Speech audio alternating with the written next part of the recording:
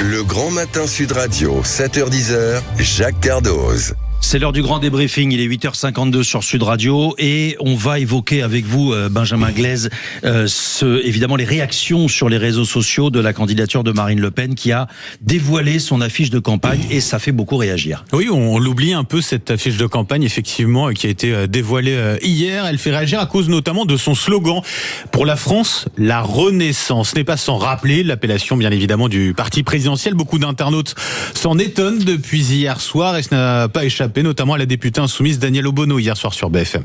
La référence aux macronistes est assez appropriée puisque de toute façon, d'un côté, les macronistes mettent en place des parties du programme du Rassemblement national et nous le voyons tous les jours à l'Assemblée nationale. Le Rassemblement national est la béquille des macronistes. Donc d'une certaine manière, ce n'est qu'un hommage fait par l'extrême droite à la Macronie qui l'a bien aidé au cours des 10 dernières années. Voilà, compromission pour Danielle Obono. En tout cas, au RN, on assume totalement ce terme de renaissance. Tenez, Laurent Jacobelli s'en est expliqué à ce sujet, député porte-parole du RN. Moi, ça me fait penser à Emmanuel Macron, immédiatement. Renaissance. Ah oui, mais non, il faut pas évoquer toujours les mauvais souvenirs. La renaissance, c'est la renaissance de la France.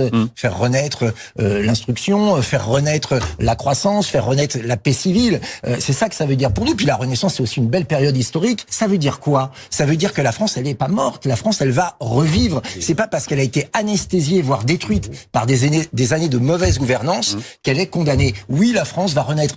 Éric Revel, est-ce que c'était le bon terme à trouver et à afficher, le terme de renaissance? Non mais attendez, franchement, Madame Obono qui fait de la politique, comment est-ce qu'elle peut croire que c'est un clin d'œil à Emmanuel Macron de la part de Marine Le Pen et du RN? Enfin, c'est vraiment, franchement, là, c'est vraiment prendre les gens pour des idiots. Pour moi, quand j'entends renaissance, j'entends pas forcément renaissance de la France, mais après le Moyen-Âge, donc période sombre, il y a la renaissance. Voilà, c'est ça que j'entends, moi.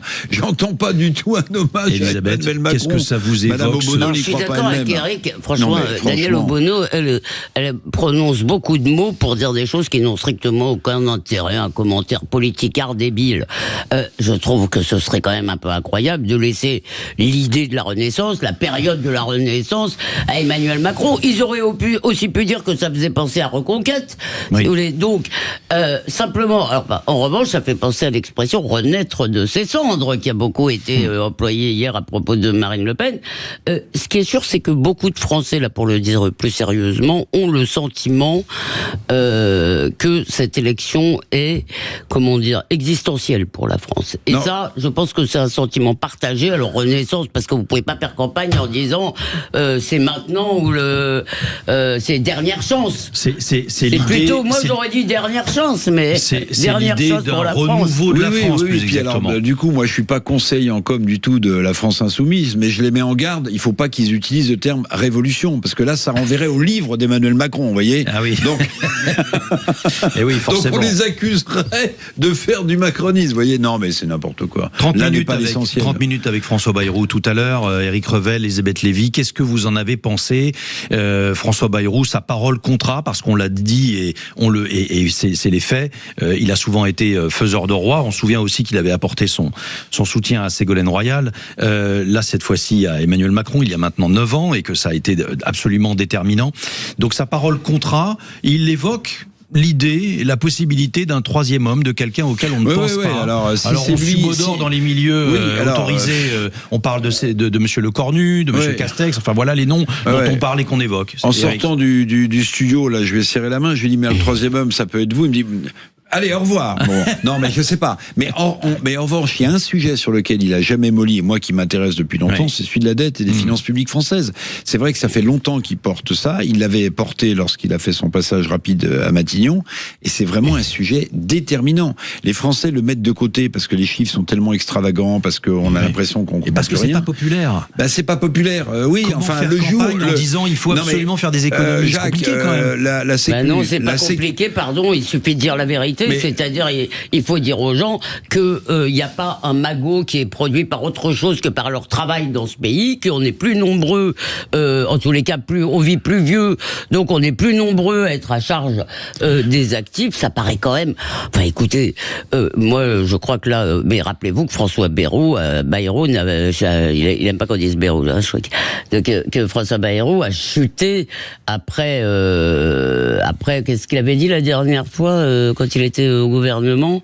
Enfin, il avait un peu fait monter les enjeux, mais moi je pense qu'il a raison. Mais vous voulez, je l'ai déjà dit. Enfin, là, il a modifié son discours. Je pense qu'il n'y a que le FMI qui nous fera changer. Les gens, pour être élus dans ce pays, faut raconter des bobards. Eric, il a changé son discours rapidement. Parce que vous savez vous vous souvenez que, puisque Elisabeth fait appel à notre mémoire, qu'il avait ciblé les boomers. Vous vous souvenez? Ça avait fait toute une polémique.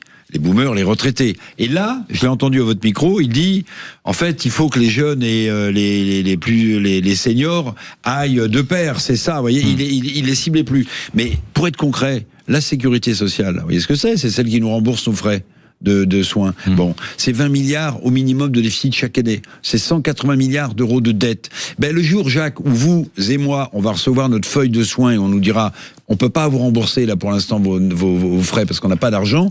Là, les gens comprendront ce qui est en train de se passer. Mais on n'est pas loin de ce sujet. On est dans le mur financièrement, faut le dire. Et François Bayrou porte cette idée depuis longtemps. Il faut le reconnaître. Oui, et c'est vrai qu'il y a aussi un effort de transparence et on peut lui reconnaître ça à travers ce livre parce que c'est vrai que c'est difficile à porter ces sujets-là. Mais par exemple, la question de la fiche de paye, on ne sait pas exactement combien le patron paye, mais on le sait, le patron paye beaucoup plus que ce que l'on touche lorsqu'on est salarié. Pauvre patron. Et voilà. Donc voilà. Bon, en tous les cas, ce sont des sujets évidemment qui sont exemple très concret. Sur Dieu sait qu'on paye des impôts sur le revenu pour les salariés, quel que soit notre niveau de salaire.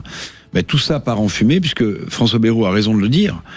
L'intégralité de l'impôt sur le revenu va être captée simplement pour payer les intérêts de notre dette. Je sais pas si vous voyez. Elisabeth Lévy et Éric Revel, merci beaucoup. Merci Jacques, Benjamin merci Diaz, évidemment, on vous retrouve demain pour le petit matin. La vérité en face dans un instant et les infos à suivre. À tout de suite.